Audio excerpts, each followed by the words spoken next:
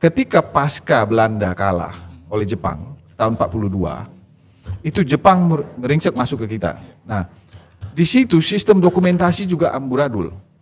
Banyak yang hilang, banyak segala macam itu banyak. Itu nggak bisa dilupakan dari sejarah. 3 tahun dia memang, tapi destruksinya itu luar biasa. Tapi tegas itu ya, Sultan Serdang, Tuanku Amatullah harus menggugat lahan-lahan yang telah dipergunakan Republik Indonesia ini, bahkan diperjualbelikan. Marilah untuk itu sebetulnya bisa diselesaikan ini kalau ada kebersamaan. Kalau memang untuk kepentingan bersama, untuk kepentingan masyarakat adat, harus punya jiwa besar. Nah, yang mungkin keluarganya dulu ternyata berhasil mengambil mungkin tanah yang luas, apakah mau berbagi juga nantinya? Masyarakat adat, ayo, Kesultanan, ayo kita ikut berjuang. Saya pernah sampaikan ini kepada masyarakat adat tanah Jaluran. Ayo kita berjuang. Tapi satu saat, ketika kita udah peroleh tanah ini, jangan ada yang bisa jual ya. Nggak mau tuh tanda tangan.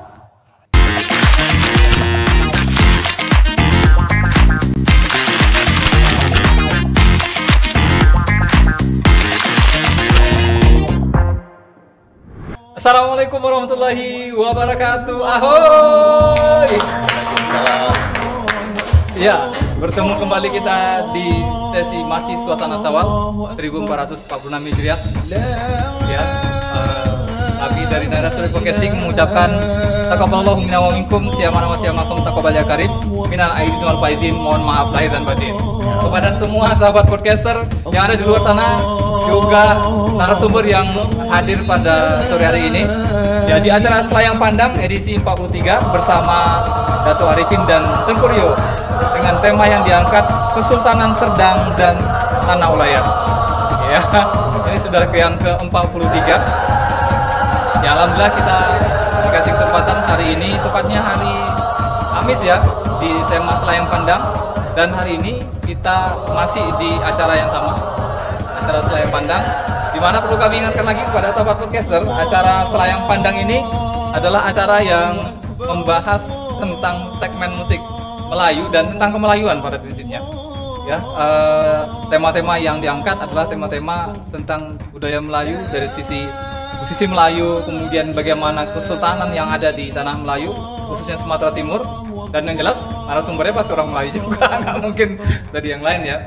Telah hadir di studio kita ada Dato Arifin, ya. Assalamualaikum Dato. Waalaikumsalam. Ya, gimana kabarnya Dato? Sehat? Mendai. Mendai ya. Juga ada Tengku Rio. Assalamualaikum warahmatullahi wabarakatuh. Waalaikumsalam. Kalau orang Malaysia katanya harus begini katanya, nggak mau dia begini ya. Ya. Sehat Tengku? Alhamdulillah. Alhamdulillah sehat ya. Ya, hari ini memang rasa agak lebih spesial karena habis lebaran, cuma masalahnya memang nggak ada kue lebaran di meja kita ya. Sore hari ini kita ingin bincang-bincang tentang sesuatu yang menjadi bagian tak terpisahkan tentang kemelayuan ya. Dan sebenarnya bisa dibilang tema ini agak sedikit mengejutkan saya pribadi ya sebagai host di sini, karena tema ini diangkat atas sebuah berita yang berada di media sosial. Berita di media sosial ini berkaitan dengan statement dari salah satu sultan yang ada di Delhi ya, Sultan Delhi. Nanti kita coba tampilkan beritanya. Atau memang kalau operator kita saudara ini boleh juga nih ditampilkan flyer berita yang tampil di depan kita. Mungkin bisa agak di zoomkan mungkin. Oke. Ini tentang tanah di Serobot. Sultan Delhi gugat Ciputra hingga PTPN dan BPN. Ya. Ini kita dapatkannya kemarin ya kayaknya tim ya. Dapatkan kemarin beritanya, dan memang ya salah satunya sudah juga dikomentari oleh narasumber kita yang ada di sini ya terkait dengan Tanah Sultan ini. Dan Tengku Rio kita hadirkan di sini, beliau kita mintakan pendapatnya juga, petuah-petuahnya ini. Ini kalau kita tengok dari sumbernya ini, beliau mewakili dari Dewan Pimpinan Pusat Forum Silaturahmi Keraton Nusantara. Tapi nggak orang Jawa nih kan? Enggak ya. Sebagai humas di sana ya. Ya. Dan memang juga salah satu zuriat dari Kesultanan Serdang juga nih katanya. Iya. Pasti kan? Iya. Jadi masih ada terbawa-bawa dengan kondisi itu. Sehingga memang kami merasa layak untuk ditampilkan. Kepada sahabat podcaster yang menyaksikan acara ini, boleh komen ya, like, subscribe juga pastinya. Dan yang kami harapkan sebenarnya adalah respon dari sahabat podcaster luar sana untuk ikut serta Ya, kalau mungkin bahasa orang-orang hukum itu bilang menggiring ini ya, mengawal ini sampai kemana ceritanya, karena memang ini seperti sesuatu yang sudah lama ya dinantikan oleh masyarakat khususnya bangsa Melayu ya, suku Melayu, tentang sepak terjangnya Sultan khususnya. Ya kan ya, kita kan sempat bahas kemarin kan bagaimana berasa bahwa Sultan itu kesannya kayak simbolis, ada yang mengatakan seperti itu. Tapi hari ini dibuktikan dengan sikap beliau terhadap salah satu instansi pemerintah, Badan Pertanahan Negara tadi, dan juga kepada salah satu pengusaha swasta ya tadi ya, kalau saya nggak salah disebutnya. Ya. Benar ya. Yang memang menjadi pertanyaan kita, istilahnya itu Sultan sudah bangun dari tidurnya. Mungkin gitulah kurang lebih ya, kayak di film-film. Baik, kami sebelum membahas tentang Kesultanan Serdang ini pengen tanya-tanya juga tentang keberadaan Dato' Arif nih di sini, yang kita agak sedikit gali-gali sedikit, boleh lah ya, agak gali-gali senggol ya. Di sini tentang keberadaan beliau, pengen tahu kalau bahasa anak muda sekarang ini kepo kita tentang status beliau sebagai Datuk dari Kesultanan Serdang ya, yang aktif juga di media sosial khususnya di TikTok. Atau nih followernya ada berapa tuh?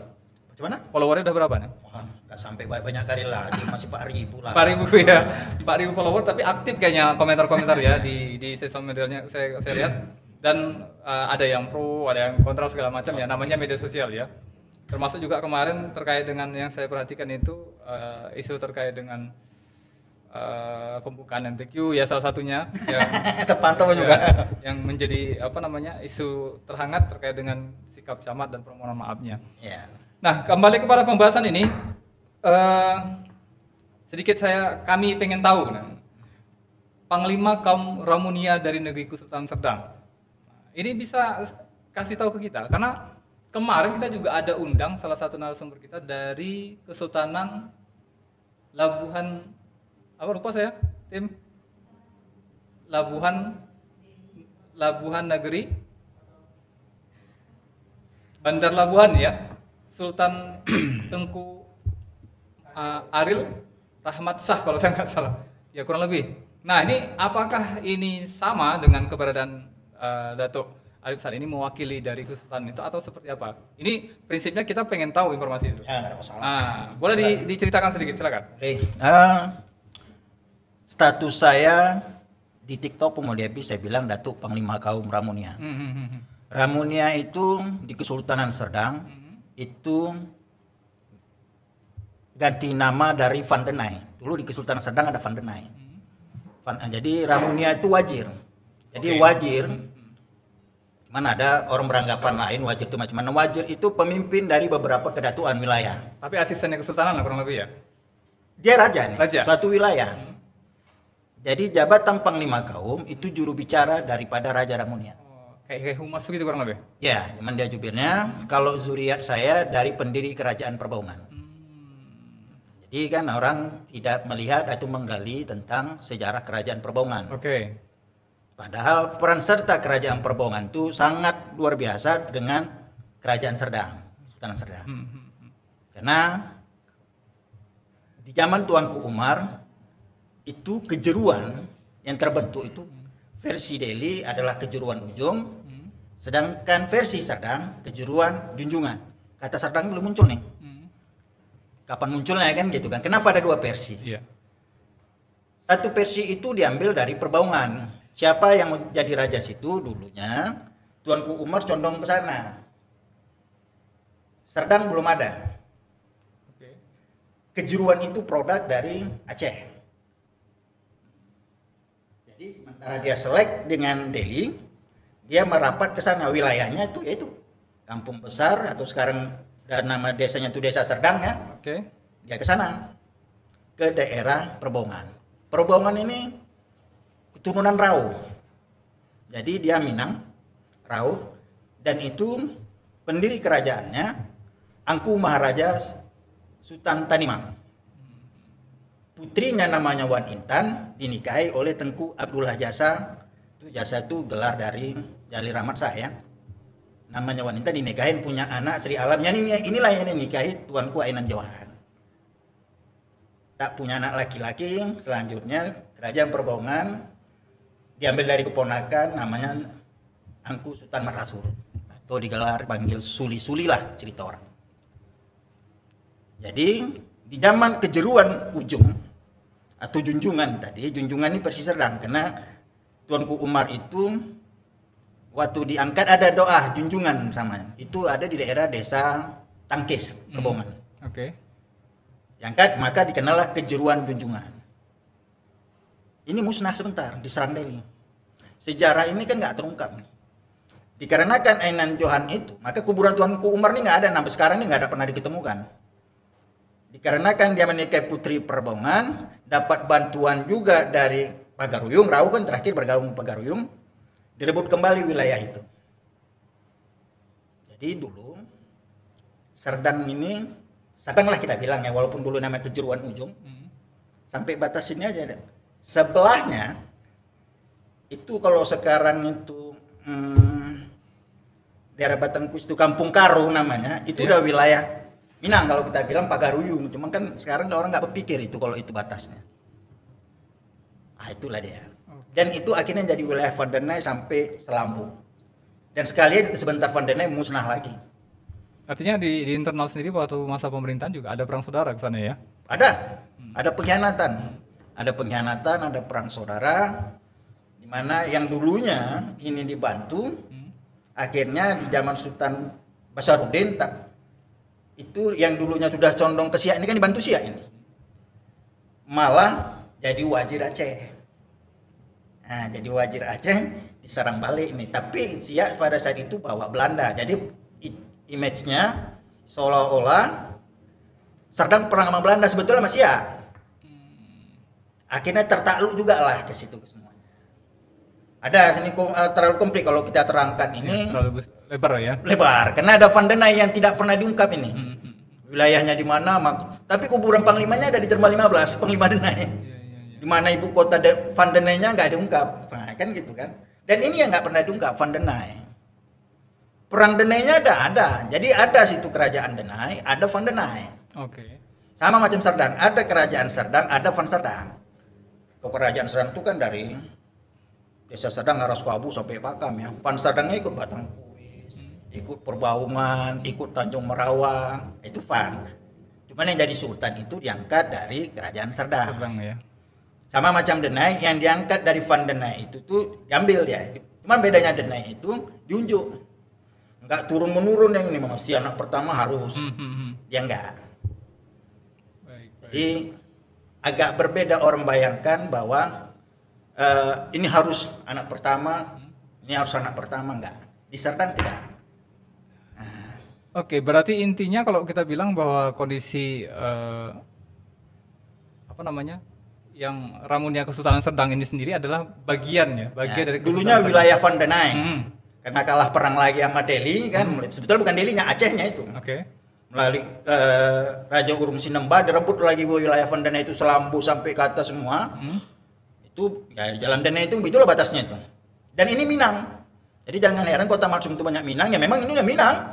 Nah, jadi Serdang itu sebetulnya Minang Melayu, bukan Melayu Karo. Melayu Karo ya. Awalnya dia Minang Melayu. Selama ini orang kan nggak berpikir tuh Minang tuh sampai ke situ. Ya Minang Melayu karena maka logat bahasan dari Pantai Labu sampai ke atas Tundak Komano begini. Dan dia condongnya ke batu bara. Ya. Karena batu bara itu wajir. Kalau wajir kan perwakilan. Wajir dari pertama Pagaruyung, karena Pagaruyung bubar kena perang Padri, jadi wajir Siak. Ini ambil alih Siak, inilah dia. Batu bara itu tersendiri. Dia wajir. Nah, kalau istananya sendiri?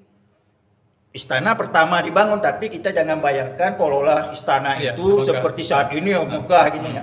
Bisa jadi penduduknya cuma 30 dulu ya. Iya. Nah, kayak kecil ya kampung aja. Pertama kalau kita lihat sekarang desa Serdang lah. Itu ya nggak berjelas lah, nggak nampak. Keduanya pindah ke Rantau Panjang. Ketiganya baru pindah ke Perbongan. Baik. Oke. Nah kalau kita cerita tentang Kesultanan yang sekarang ini, nah mekanisme turun-temurunnya sampai kemudian kepada Dato ini, apakah memang strukturnya itu masih ada utuh? Yang dicari ini struktur Sultan Serdang atau struktur saya? Strukturnya sekarang Dato punya. Kami kan tadi bilang Minang itu diunjuk. Nggak mesti yang pertama ini mana yang layak. Dan nggak mungkin orang Cacat karena dia anak pertama itu harus dia, kan nggak mungkin. Mana yang lebih layak? Nah, dia yang diunjuk.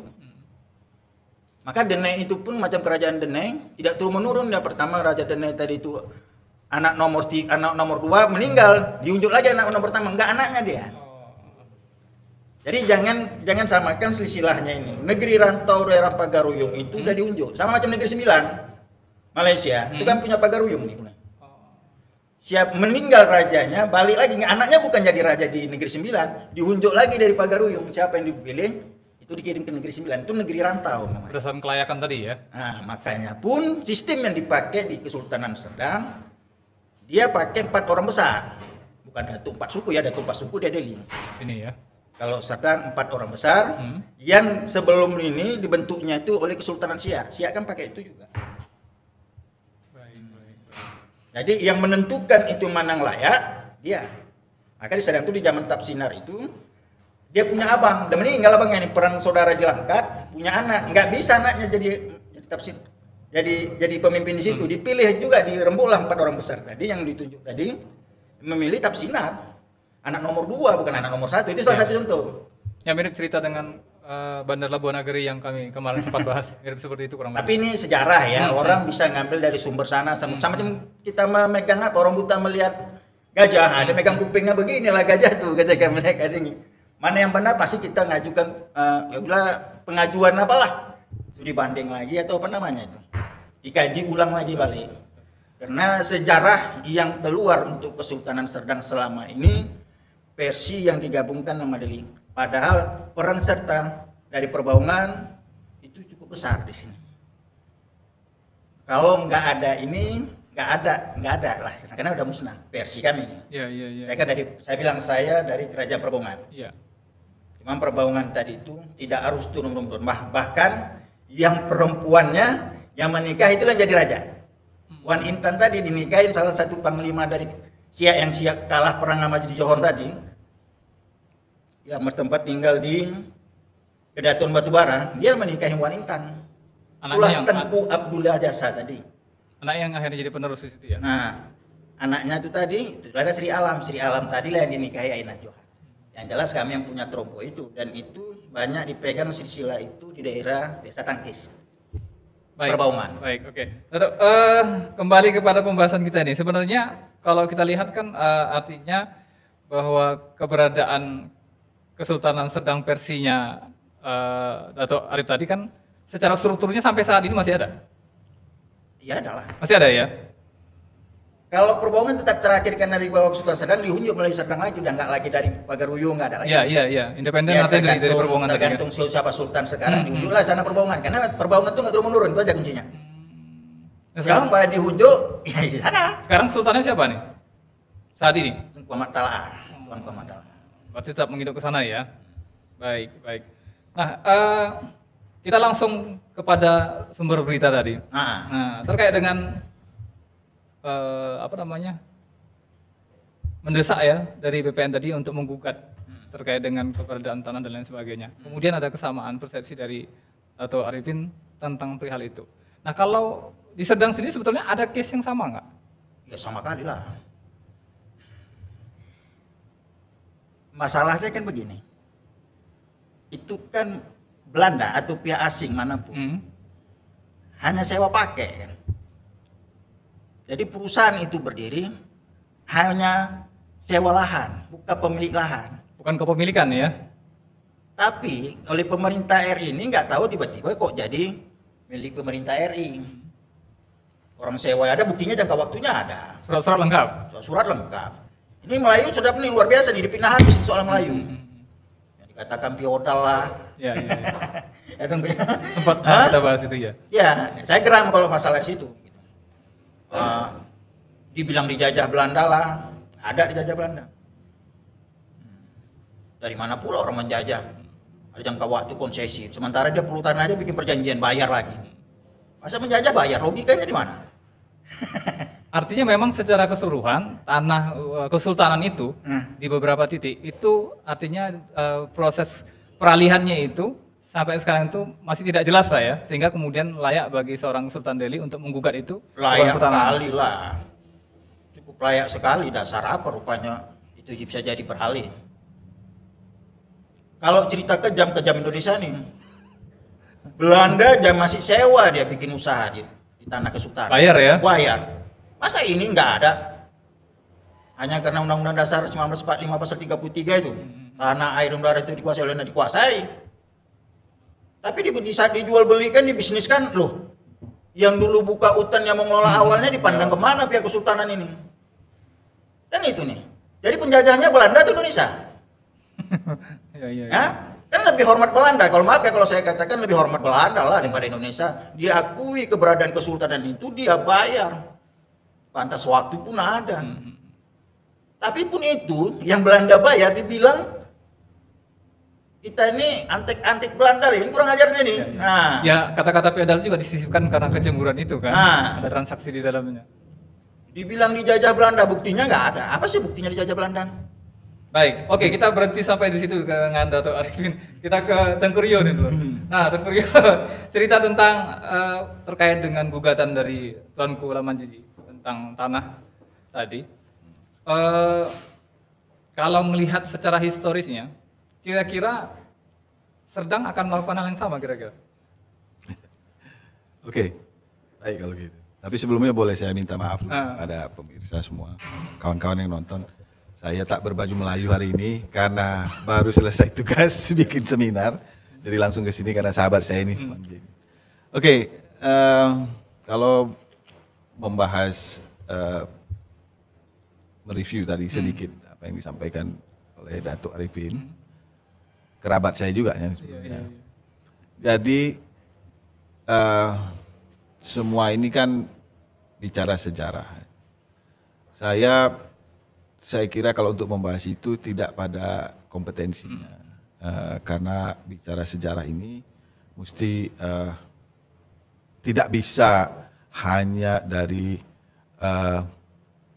sekedar ingatan kolektif. Ya. Jadi cuman saya suka belajar sejarah, kebetulan senang sekali itu mempelajari manuskrip, manuskrip yang ada.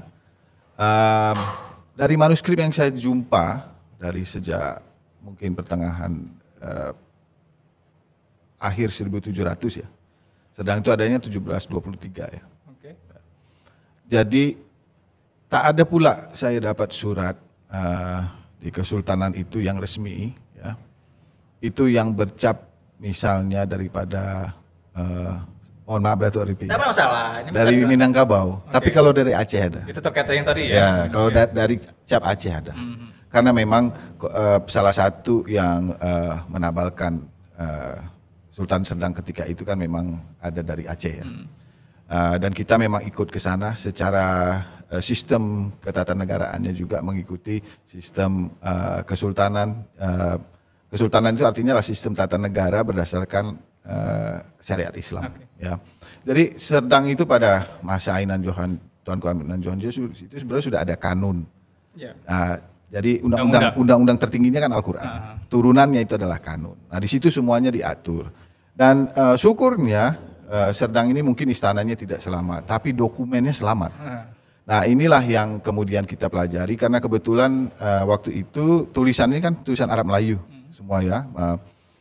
Dan bekerja sama dengan sastra Arab di USU, mereka masih bisa membaca itu semua. Dan itu dokumennya asli bukan fotokopi. Dan dipreservasi oleh ANRI, Arsip Nasional Republik Indonesia.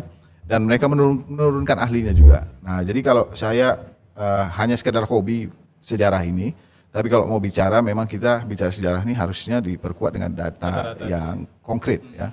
Karena ya di keluarga kami aja sendiri berbagai versinya ada gitu. Tapi ya itu nggak ada masalah, itu memperkaya hasanah. Selama dia tidak menyentuh kepada ranah yang prinsipal, ya artinya apalagi tentang misalnya kontrak Belanda, ya. Konsesi dan segala macam itu. Kesultanan ketika itu setahu saya dia adalah sebagai pusat administrasi, ya pusat administrasi. Kalau bicara tentang Serdang, apabila dikatakan ya mohon maaf Dato' Nggak masalah. Apabila itu peperangan dengan Siak pada 1865 itu tidak, karena bukti secara dokumennya pengiriman kapal perang dari Batavia banyak 9 kapal perang itu sampai dengan pemimpin yang ditunjuk siapa ada semuanya, berita militernya. Nah, itu operasi militer ya. Bisa juga diakses kalau mau ke KITL portal beritanya ada ya? Ya Belanda tapi ya di situ. Nah itu bisa siapa pemimpinnya bisa ini kan. Jadi operasi mereka disebut itu Teken Serdang Van Asahan. Nah bicara tentang van dalam bahasa Belanda itu artinya of dalam bahasa Inggris atau dari. Misalnya Rio van Serdang, Rio dari Serdang, Sultan van Serdang, Sultan dari Serdang, gitu. Jadi ini mungkin bisa menjadi satu koreksi yang positif ya. Arti kata van itu digunakan sebagai pertengahan kata. Jadi kalau disebut misalnya seperti ada musik ya, ada di satu tulisan Andersen mengatakan Simfoni van Serdang, artinya simfoni dari Serdang gitu. Oke, menjawab tentang yang pertanyaan tadi persoalan tuntutan dan menggugat itu, saya kira kebetulan saya di sini pun bisa juga mewakili. Saya sudah minta izin tadi dengan Ketua Umum dari Forum Silaturahmi Keraton Nusantara. Ya, ini adalah satu forum di mana berkumpulnya para raja dan sultan dan kesultanannya dalam silaturahmi. Dia ada silaturahmi kepada kesultanan atau kerajaan, tapi juga menjadi jembatan bridging kepada pemerintah.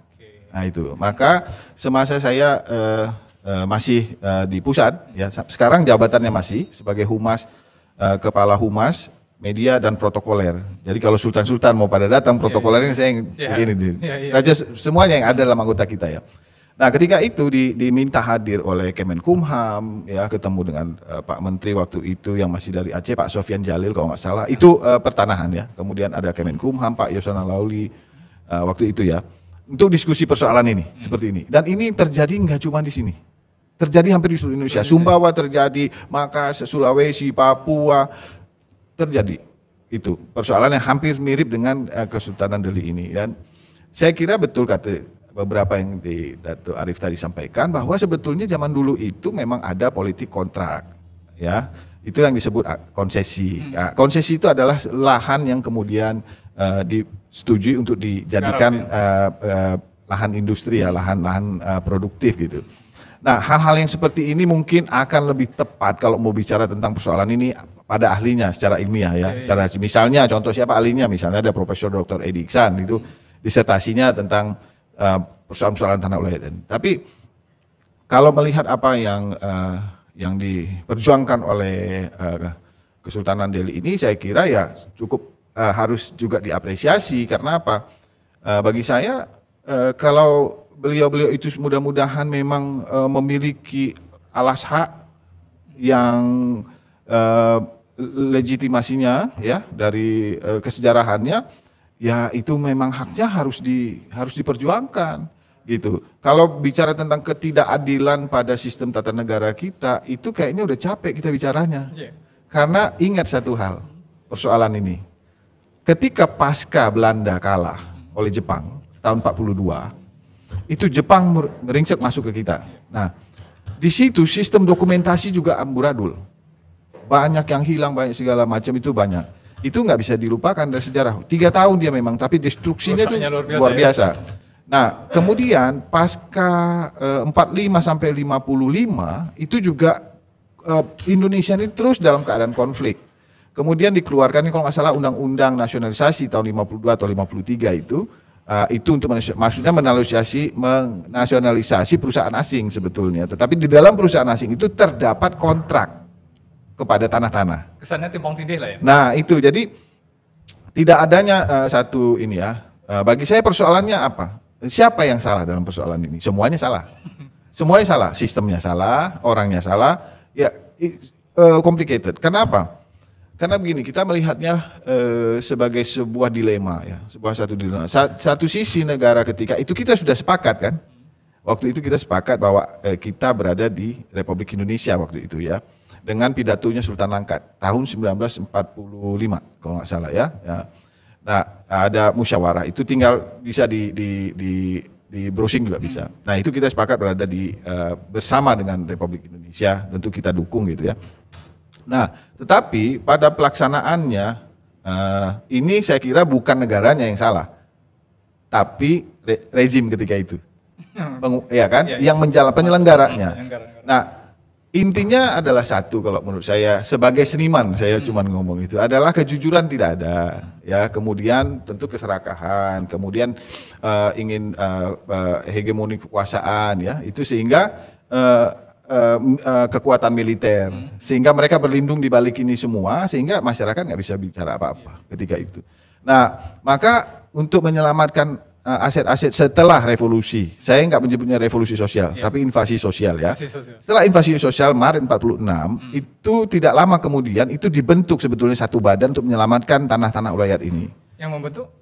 Sultan-sultan. Dan disahkan itu di Masjid Raya kalau nggak salah.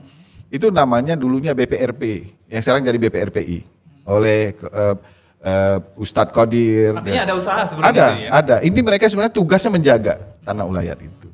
Nah, tapi kan kemudian sistem politik pemerintahan kita itu kemudian sentralistik dan kemudian militeristik.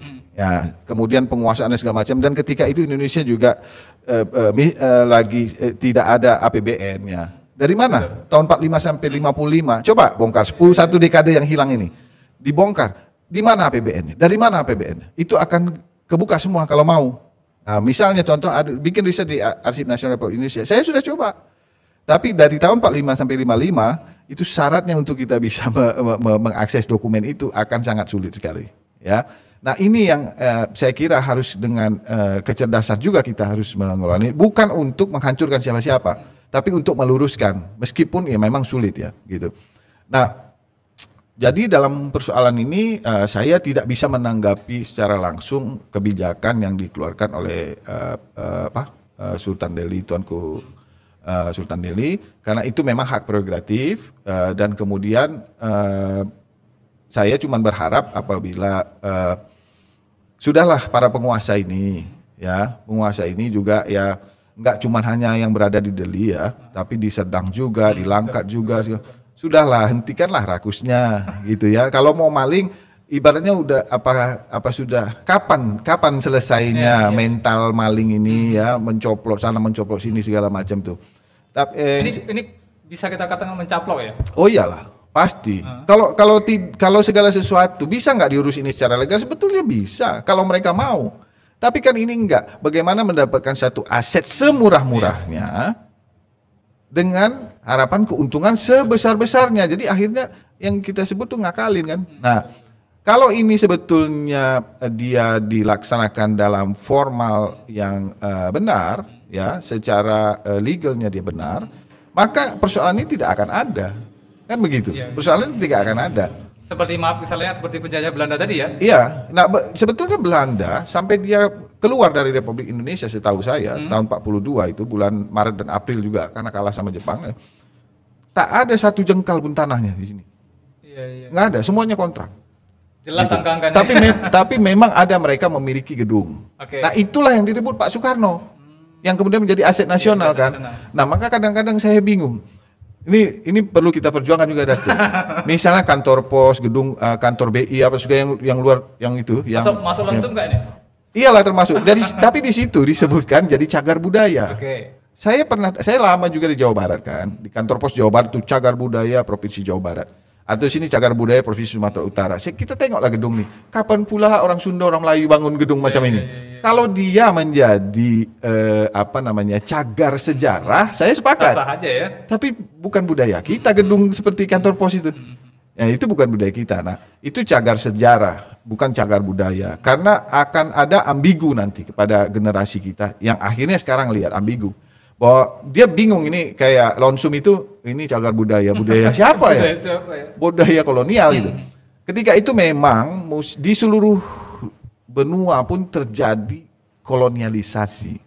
Baik di Afrika, baik di mana terjadi, itu musimnya. Tapi ketika itu mulainya postmodernismenya, kemudian sosial kritik mulai masuk, kemudian hukum lingkungan kemudian diangkat awal abad 20 ya, maka kemudian Belanda pun harus melakukan politik ganti rugi itu, politik balas budi, yang kemudian berada di tanah Jawa segala macam, itu karena dikecam, hentikan itu semua kolonisasi itu. Nah, artinya selesai era kolonialisasi ini, kita di Sumatera Timur, kalau dibilang tadi kita dikolonisasi, tapi bukan berarti kita dijajah secara mutlak, tidak. Karena ada nilai-nilai. Kenapa? Belanda itu dia sistemnya monarki. Nah, dia tetap menghargai monarki-monarki yang ada gitu. Nah, sistem monarki ini berbeda dengan di Sumatera Timur, seperti khususnya di Serdang. Saya nggak bicara yang lain, takut salah. Di Serdang memang betul, tidak harus seorang anak sultan menjadi sultan, tidak harus. Dia ada kesepakatan. Jadi dia punya sistem ini, kalau saya pelajari dari waktu ke waktu, dia punya sistem monarki yang demokratis. Ya, dia punya Syarikatul Mulk misalnya, Dewan Para Ulama yang mengolah titah sultan. Sultan hanya menyebutkan aja, tapi mengolahnya itu. Nah, jadi dalam konsep kebudayaan juga ada di kita itu, misalnya di wilayah Galuh Kuno, itu Tritangtu di Buana namanya, Rama Resi Ratu. Rama itu legislatif, Ratu itu eksekutif, Resi itu yudikatif. Nah, di kita ada juga itu. Nah, saya nggak tahu, akhirnya saya bisa kasih sambungan. Kenapa di Perbaungan, Istana Perbaungan juga disebut Istana Kota Galuh. Iya, betul. Itu. Familiar itu Mas. Ya, Istana Kota Galuh. Nama itu sendiri maknanya apa? Setelah saya pelajari di titik Galuhnya sendiri, yang sekarang pusatnya Galuh itu kan di Ciamis. Berkolaborasi dengan mereka dan bertanya, akhirnya ada. Tapi nanti next episode saya akan jelaskan apa sambungannya. Iya. Baik. Nah, tapi jangan salah, di Deli Serdang Bedagai hari ini populasi orang Jawa Barat yang berada di kedua ini cukup besar, yang sekarang menjadi PWS, Paguyuban Wargi Sunda. Nah, itu bukan hitungan puluhan tahun mereka di sana. Ada yang sudah sampai hitungan 150 tahun lah ya, setidaknya. Generasinya ya. Generasinya di sana itu. Nah, begitu juga orang Banjar, tentunya juga orang Minang. Tapi memang kalau masalah Minangkabau, saya sempat baca manuskrip gitu. Silat yang boleh diajarkan di daerah Serdang itu yang hanya silat Minangkabau. Karena silat Minangkabau ini kan berlandaskannya Islam. Gitu. Nah, jadi kalau ya masalah denai tadi, kembali denai sama masih terngiang-ngiang. Iya, terngiang-ngiang juga ya, karena ya masalah denai Bedagai itu kan akibat kita kalah perang di Kuala Namu itu, maka diambillah wilayah itu diserahkan ke Deli kan gitu. Jadi tapi itulah mungkin mau bikin sesi tersendiri tentang sejarah ini. Kita dulu lah. Nah, kita intinya fokus memang sih ke dapatnya berbeda-beda nih, macam apa orang buta megang gajah ya kan, megang gajah ini satu megang kuping ya kan. Nah, terkait dengan sikap tadi, dari sikap Kesultanan Deli sendiri kan. Artinya memang di banyak tempat, di beberapa kesultanan yang dulu eksis ya, sebelum terpecah-pecah, katakan terbagi lagi, terbentuk lagi. Kita melihat kan faktanya memang banyak sekali tanah-tanah yang saat ini mungkin bahasanya lebih tepatnya diakuisisi oleh pemerintah lah kan, melalui program tadi. Dan memang ini betulnya bisa dibilang bentuk kepatuhan juga dari kesultanan-kesultanan untuk menyatakan diri menyatu dengan NKRI ya. Kurang lebih begitu ya bahasanya ya. Republik Indonesia. Republik ya. Revisi Republik Indonesia. Nah, berjalannya waktu gitu kan, kemudian banyak hal yang memang kalau kita lihat sekarang ini yang kesannya memang seperti tidak ada feedback yang jelas kepada kesultanan, termasuk juga warga yang di bawah naungan kesultanan sendiri. Nah, sikap dari kesultanan ya, yang sekarang katakanlah juru bicaranya adalah Dato' Arif ini sekarang. Gimana pandangannya kira-kira? Maaf gini, agak sulit, jangan dipaksakan kami untuk mewakili kesultanan, karena konteks ini apabila bicara, kalau mau minta pendapat Tuanku Ahmad Talaah. Itu kalau bicara Kesultanan Serdang ya. Oke, ini mewakili pribadi beliau lah. Mungkin bisa mewakili Ramunia, bisa. Ramunia, silakan. Satu begini, pasca saya itu memberi dukungan ya, tapi itu atas nama Tengku Sri Maharaja, bukan saya pribadi, atas nama Ramunia. Ada kawan-kawan berkomentar, Serdang gimana katanya kan. Jadi ada usulan supaya melakukan hal yang sama. Diharapkan juga kepada Sultan Serdang melakukan gugatan. Karena ada tanah yang juga terakhir dibangun oleh Citraland, tanah-tanah konsesi itu di Jalan Sultan Serdang itu. Itu perlu juga. Dan itu yang akhirnya efek daripada gugatan tadi akan menentukan sejarah kan. Karena sejarah ini kan khusus Sumatera Timur ini kan seolah-olah dulu-dulunya memang Indonesia dianggap. Betul. Ada sejarah lebih tua lagi di balik itu ya. Nggak ada hubungan sama Hindia Belanda. Kalau Tapanuli ya Hindia Belanda lah sama Sumatera Barat. Kalau sini kan nggak ada hubungan, tapi dipaksakan seolah-olah raja-raja ini berjuang dulu atas nama Indonesia.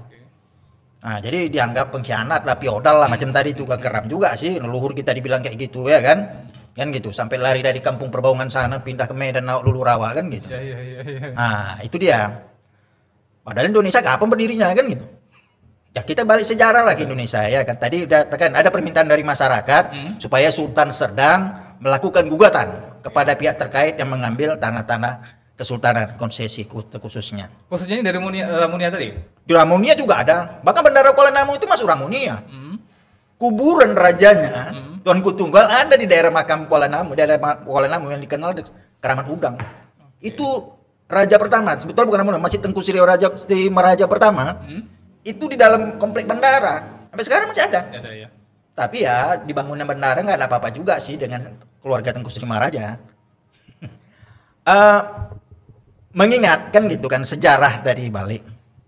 Selama ini kan selalu tadi saya bilang katakan, wah ini dijajah. Kita ini orang-orang keturunan tadi feodal katanya. Kan ini kalau saya bilang bahkan ada kasarnya saya bilang kurang ajar nih. Nggak ada buktinya. Kalau daerah Hindia Belanda, kerajaan tadi musnah dikuasai Belanda jadi Hindia Belanda, yang dijajah itu kerajaannya. Indonesia belum ada. Lah kapan Indonesia ada? Pertanyaan kan begitu. Kapan Indonesia ada? Dan kenapa pula dijajah 3,5 abad? Apalah buktinya? Iya. Lalu apa hubungannya pula dengan Kesultanan Sumatera Timur dengan Indonesia nih? Indonesia belum ada. Sudah ada kesultanan ya? Udah ada ini kesultanan. Ya, kita perpendek waktu karena mungkin nanti waktunya terlalu panjang. Jadi apa? Yang pengen kita ketahui sekarang kira-kira dengan adanya dokumentasi dari tanah konsesi tadi kan. Dan kemudian langkah yang dilakukan oleh Sultan Delhi ini sebetulnya kan bentuk sesuatu bentuk di mana langkah itu berdasar atas adanya dokumen-dokumen sebelumnya kan gitu. Ya, dokumen itulah sejarahnya kan. Oke, nah sekarang kita tanya ke Ramunia sendiri. Ini apa langkah yang akan dilakukan secara real ke depan? Kalau Ramunia sudah sampai mengajukan itu ke ke Kementerian Dalam Negeri data itu tanah ulayat apa semuanya karena ada perkebunan Ramunia kan itu punya Ramunia tuh dan saya sendiri yang mengantar ke Mendagri langsung ya saya sendiri langsung dan daftar penerimanya pun juga ada langsung dan komunikasi dengan masyarakat juga dibawa berharap kepada Sultan Serdang Tuanku Amat Talah melakukan gugatan. Jadi ya sama karena sejarahnya ini kan sama nih. Melakukan gugatan sama halnya dengan Sultan Delhi. Nah, baru jelas sejarahnya. Dan mungkin karena ini permintaan arus bawah, kekuatan arus bawah bisa ikut nanti di dalam hal ini. Masyarakat adat khususnya di sini. Baik. Oke, Tengku Rio, kalau kita lihat kondisi sekarang ya, di mana entah ada ini juga sebabnya, kalau kita lihat kan bahwa banyak di media sosial tentang pernyataan resesi Indonesia gelap. Kira-kira ini sepaket atau seperti apa ya dengan keinginan masyarakat khususnya bangsa Melayu ini untuk kembali hadir dan apakah kemudian dengan sikap ini bisa dikatakan bahwa di tengah kondisi Indonesia yang agak-agak ada remang-remang ini kita bilang Kesultanan Melayu itu bisa menjadi problem solving bagi permasalahan masyarakat khususnya masyarakat Sumatera Timur. Oke, baik. Begini, kalau bicara tentang negara, saya harus memisahkan dua hal. Pertama ada namanya negara Republik Indonesia dan ada penyelenggara negara Republik Indonesia. Saya tidak pernah menganggap bahwa Republik Indonesia sebagai negara itu punya salah. Karena dia adalah lahir dari pikiran-pikiran untuk sebuah ruang di mana kita memiliki kemerdekaan, kan begitu? Negara ini. Ya. Tetapi berbeda dengan penyelenggara yang kita sebut rezim, yang berganti tiap 5 tahun. Oke? Nah, Karena dari waktu ke waktu rezim ini berganti dengan gaya masing-masing. Ya ada yang nggak tahu ketemu nggak yang bagus ya. Ya kebanyakan itu sorry to say ya, merampas ya dan memperkaya diri sendiri dari sejak awal sampai mungkin hari ini gitu ya. Nah, tapi itu kan berganti-ganti. Oke, dari era Soekarno, kemudian dari era Soeharto dan semua Pak Jokowi sampai sekarang Pak Prabowo. Negaranya sama nggak? Sama. Nah, yang berganti itu aja kan. Nah, oke. Bagaimana kejatuhannya Pak Soeharto misalnya setelah 32 tahun. Nah, betapa di akhirnya banyak sekali kasus karena beliau sakit aja waktu itu, makanya tidak ini kan. Nah, persoalan kembali ke persoalan tanah. Persoalan tanah ini begini. Saya kira tidak ada seorang kepala adat yang membiarkan negeri dan masyarakatnya itu kalau bisa hidup lebih baik atau mendapat kembali haknya, tidak ada kepala adat yang tidak ingin berusaha ke arah sana. Tapi kita hidup nih tidak hanya pada hari ini. Nah, contoh saya ambil dari Indonesia. Apa kata siapa dulu bekas Menko Polhukam, Pak Mahfud MD? Apa yang terjadi hari ini adalah kesalahan dari pemimpin masa lalu. Wilayah di Serdang itu, iya betul memang ada. Tetapi orang-orang tua kita dulu sudah banyak yang melepas dan segala macam. Konflik agraria ini tuh bukan hari ini terjadinya. Dari tahun 50. Itu juga, maka kalau kita mau melangkah, kita harus melangkah hati-hati. Kita lihat dulu kondisi konteksnya. Ketika sudah ada jual beli di belakangnya. Itu harus jujur dibuka. Nah, jadi sebetulnya kejujuran ini, misalnya kalau mau dibuka kejujuran ini nanti berakibat ke sini. Kalau mau dibuka ini nanti berakibat ke sana dan segala macam ya. Masalah salah dan benar itu ya harus bisa dibongkar. Gitu. Nah, kong kali kong misalnya gitu ya. Antara misalnya contohnya ini bukan tanah ulayat lah. Ini tanah keluarga lah misalnya ya. Tanah keluarga. Adiknya masih kecil-kecil, oke? Nggak taunya abang yang paling besar, tanah ayahnya dia nih sudah dijualkannya dulu sama orang. Padahal itu bukan haknya dia kan gitu.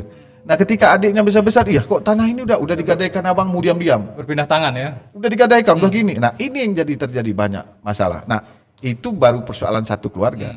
Ini kesultanan tuh apa sih sebetulnya? Kesultanan itu institusi.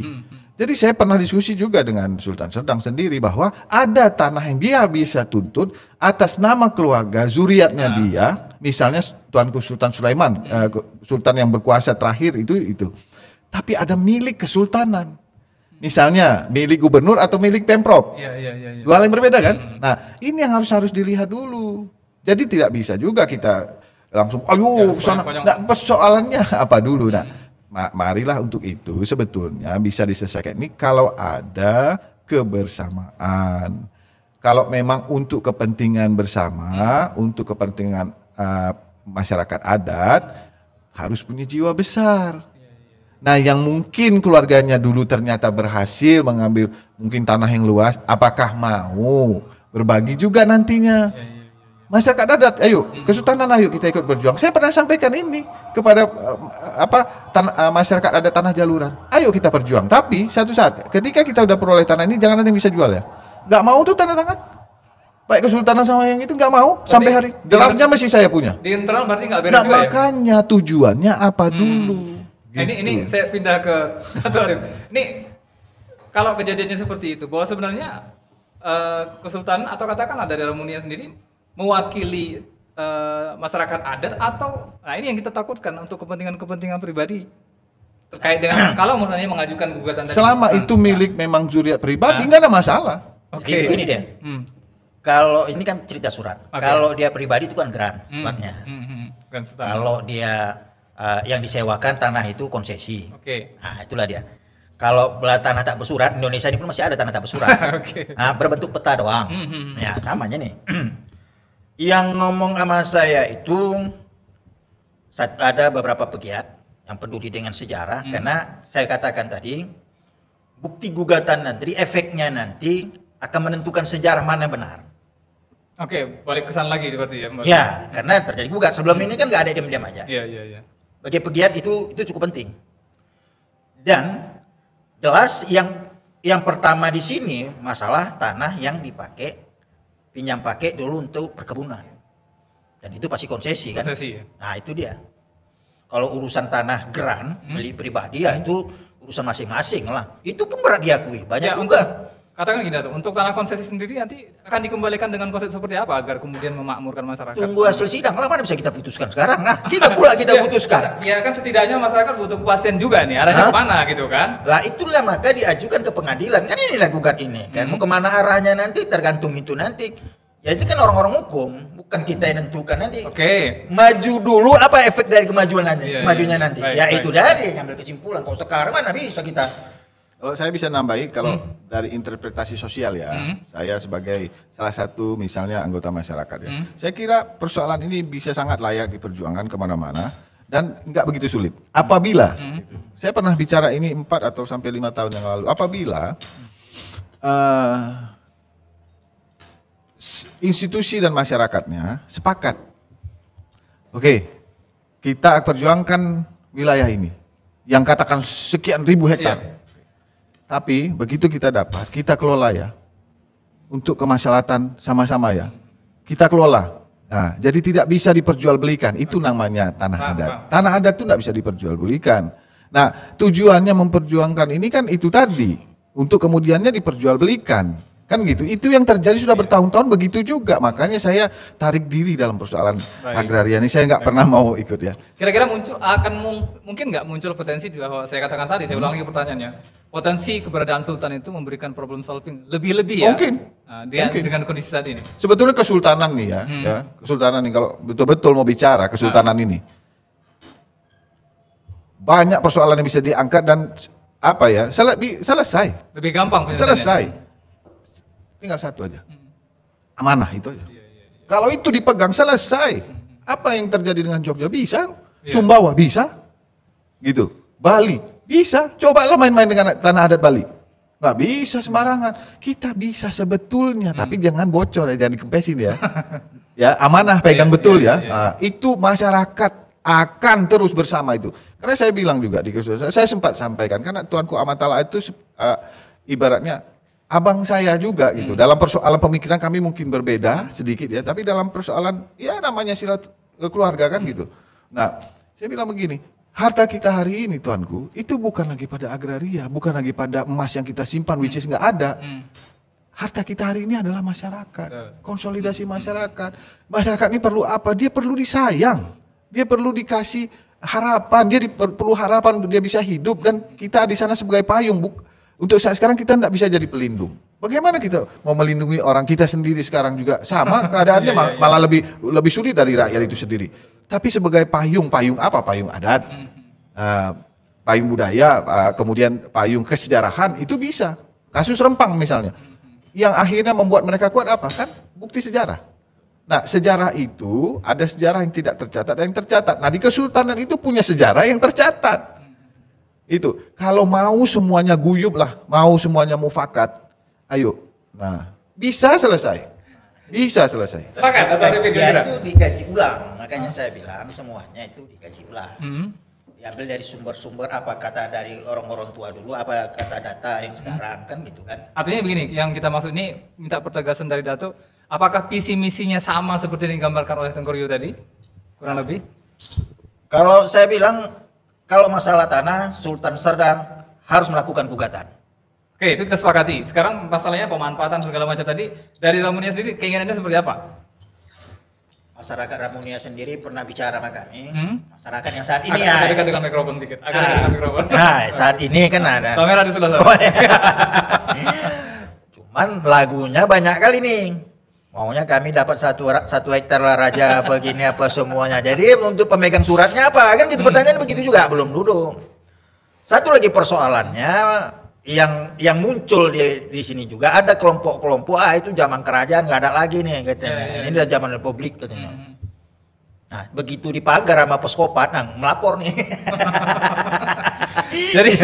jadi itu kesimpulannya ke situ dia. Duduk sama itu yang penting.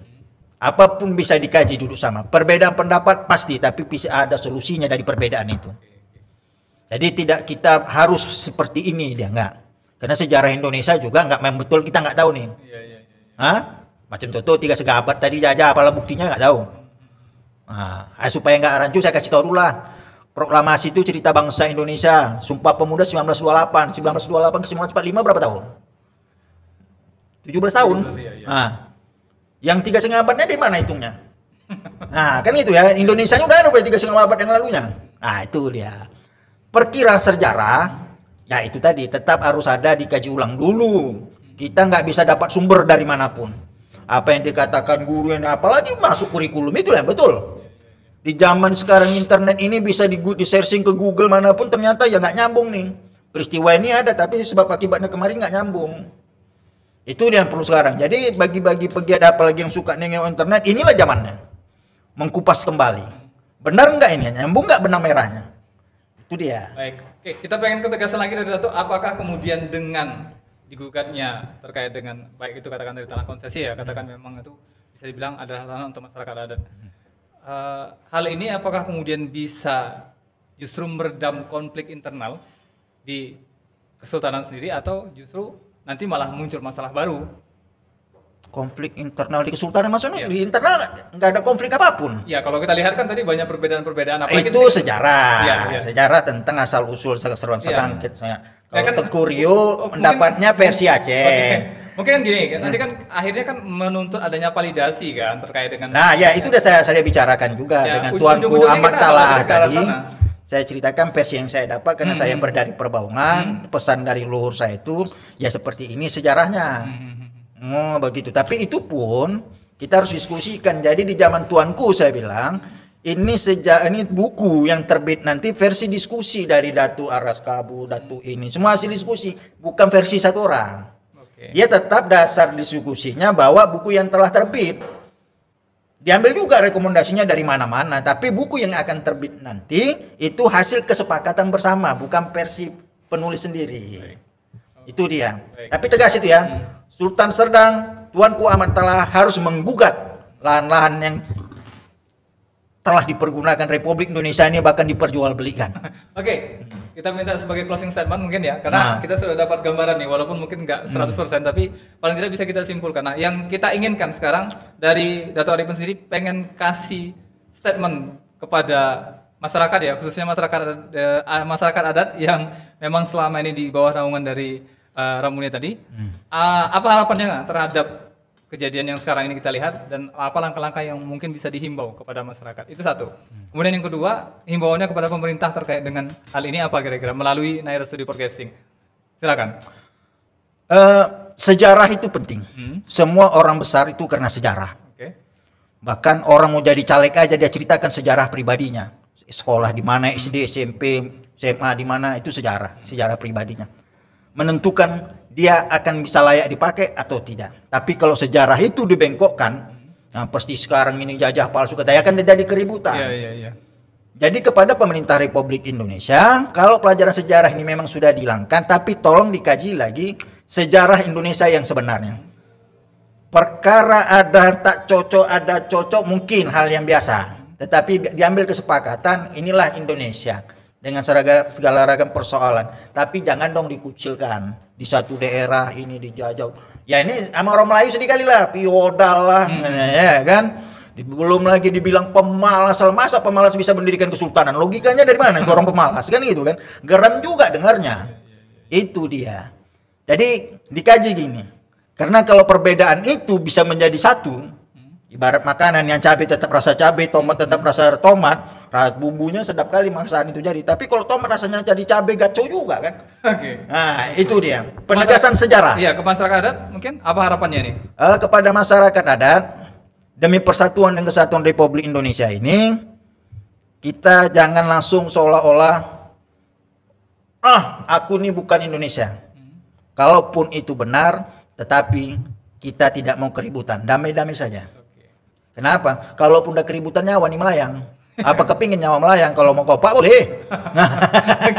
Oke. Saya sebelum ke Tengku Rio mungkin boleh ditampilkan satu pertanyaan tadi terlintas di layar kita, boleh ditampilkan dari siapa nih komentarnya? akunnya dari Coretan Indah.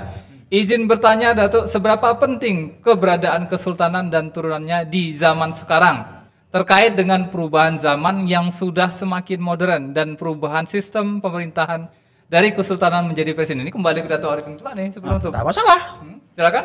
Itu aset para keturunan-keturunan ini. Kenapa aset? Karena salah satu narasumber. Kan pasti ada pesan-pesan sejarah yang disampaikan dari leluhur-leluhurnya. Tidak semua orang punya keturunan raja. Tidak semua orang punya keturunan sultan. Tidak semua orang punya keturunan datuk. Dan tidak semua orang bisa dapat pesan-pesan itu. Dan tidak semua orang akibat tadi para penguasa zaman dulu, para sultan melindungi rakyatnya, akhirnya dia yang diburu waktu revolusi sosial itu, pembantaian. Yang diburu, dibunuh, putri-putri bangsawan yang diperkosa depan orang tuanya. Rakyat jelatanya enggak. Jadi ini aset, itu pun kalau dihargain asetnya. Ini masalahnya ini kan dianggap tadi saya bilang feodal lah ya, kan Dengan gitu. segala unsur-unsur dari eksternal tadi. Itu dia aset ini, dan ini yang perlu dijaga oleh negara ini. Baik. Oke, mungkin terakhir ke Tengku Rio. Apa kira-kira nih closing statementnya kepada pemerintah satu, kemudian yang kedua kepada masyarakat adat nih. Kesultanan Serdang kita bilang ya. Ya saya mungkin termasuk rakyat jelata ya. Jadi kalau kepada pemerintah saya kira kalau kita lihat tidak baiknya ada, tapi ada juga baiknya gitu. Artinya gini, kalau dalam persoalan ini baik pemerintah pusat maupun pemerintah daerah, harapan saya ini kepada pemerintah ya diselesaikan dan kemudian betul tadi dari Datu atau dari kebanyakan masyarakat yang ada tentang pembelokan sejarah, luruskanlah sejarah ini supaya negara kita bisa kuat karena sejarah itu adalah pondasi dari kekuatan sebuah bangsa ya. Nah jadi namanya harapan nggak apa-apa ya. Saya berharap betul pejabat-pejabat yang pemegang kebijakan ini punya kejujuran dan jiwa besar untuk bisa melihat kondisi dan konflik yang berada khususnya di wilayah Sumatera Timur. Mudah-mudahan dikembalikan lagi jati diri kami menjadi Sumatera Timur. Amin ya robbal alamin. Entah itu provinsi kan, entah itu apa nggak tahu lah. Yang penting Sumatera Timur itu adalah entitas budaya, bukan hanya nama. Walaupun dulu ada negara Sumatera Timur, itu kan dulu. Nah, jadi kami letaknya ini di pantai timur Sumatera, ngapa disebut di belah utara? Jadi kompas kalian yang salah atau peta kami yang salah kan itu. Nah jadi kembalikan itu kalau bisa, itu harapan ini pemerintah, karena kita nggak bisa ngapa-ngapain persoalan ini, tak ada yang bisa kita buat. Nak kita mau protes segala macam tak bisa, tak kuat kita, tak ada daya. Tapi kalau pemerintah pusat, udahlah kita bentuklah Provinsi Sumatera Timur, alhamdulillahirabbil alamin. Nah, jadi entitasnya di dalam itu ada identitas, ada culture, ada semuanya bisa terselamatkan. Tidak dia menjadi satu yang ambigu. Karena kebudayaan Sumatera Timur ini salah satu kebudayaan yang paling kaya. Jadi Melayu di Sumatera Timur itu berbeda dari Melayu Malaysia, berbeda dari Melayu kita sempat menjadi pionir Melayu di Asia Tenggara ini di Sumatera Timur. Harapan saya kepada masyarakat adat pertama, khususnya terkait dengan case ini ya. Terkait dengan case ini, persoalan agraria dan segala macam ini ya, memang tanah itu adalah hak hidup. Manusia itu kalau dari sisi budaya saya cuma kita ingin merawat, melestarikan seni budaya dan semua, iya betul. Tapi kalau tak ada tanahnya macam mana? Macam pohon tak berpijak kan? Jadi ini mesti ada. Harapan saya masyarakat ada, ayo kita sudah saatnya sekarang untuk saling merangkul. Terlepas dari segala perbedaan, kalau negeri kita ini mau selamatkan sama-sama. Tidak bisa hanya sekelompok-sekelompok saja. Nah, saya kira pemerintah pusat juga sangat membuka hari ini. Kita bisa bicara, kita bisa sampaikan pesan kita langsung ke presiden hari ini ya. Nah, kalau kita kompak ya, di Deli Serdang aja 2 juta sekian masyarakatnya, kompak misalnya 50% aja lah. Ini bisa akan diselesaikan ya, dengan catatan dengan catatan saya kira. Saya inginnya apabila tanah-tanah ulayat adat ini dipergunakanlah untuk sebaik-banyaknya kemaslahatan dan tidak diperjualbelikan. Itu harapan catatannya saya. Itu ya. Baik. Terima kasih banyak. Jadi intinya memang kita sedikit lebih optimis ya dan lebih clear tadi terkait dengan sikap dan pernyataan dari dua narasumber kita ini, karena memang intinya kita tidak melihat bahwa perjuangan ke depan yang dilakukan oleh para sultan yang saat ini sedang berjalan itu adalah kepentingan-kepentingan pribadi, kan tidak seperti itu. Itu perlu jadi garis bawah juga. Harapan. Ya. Harapannya begitu. Harapannya begitu. Yang jelas aksi gugatan itu akan menentukan sejarah. Baik. Dan ini sejarah. Benar. Nah, bagi pegiat pasti itu yang ditunggu nih. Diakui negara Republik Indonesia nggak ini? Berarti kita penjajahnya Indonesia kan gitu. Baik. Oke. Terima kasih banyak sudah hadir di Naira Studio Podcasting. Ada Dato' Arif dan Tengku Rio sudah membawa kita pada diskusi yang pada puncaknya adalah kita bisa menyimpulkan bahwa sebenarnya ini fakta yang tidak bisa lagi tutup ya. Datanya komplit ya, dan memang kalau bisa dilihat tadi antara orang luar yang datang ke negeri kita ini lebih fair cara bermainnya kan daripada justru bangsa sendiri kan, masyarakat yang kita hadapi sekarang ini kata pepatah bilang kadang-kadang kita melawan masyarakat sendiri, bangsa sendiri lebih rumit, lebih sulit daripada melawan asing yang datang ke negeri kita. Kadang-kadang seperti itu ya. Ya itu saja mungkin. Sekali lagi terima kasih kehadirannya. Sekali lagi selamat dalam rangka Lebaran ya. Minal aidin wal faizin, maaf dan batin. Mudah-mudahan kita masih dalam suasana fitri dan insya Allah cita-cita khususnya suku bangsa Melayu bisa tercapai dalam waktu yang tidak lama lagi. Amin. Harapannya itu. Terima kasih, saya Zain, mohon undur diri. Mohon maaf. Assalamualaikum warahmatullahi wabarakatuh. Ahoy.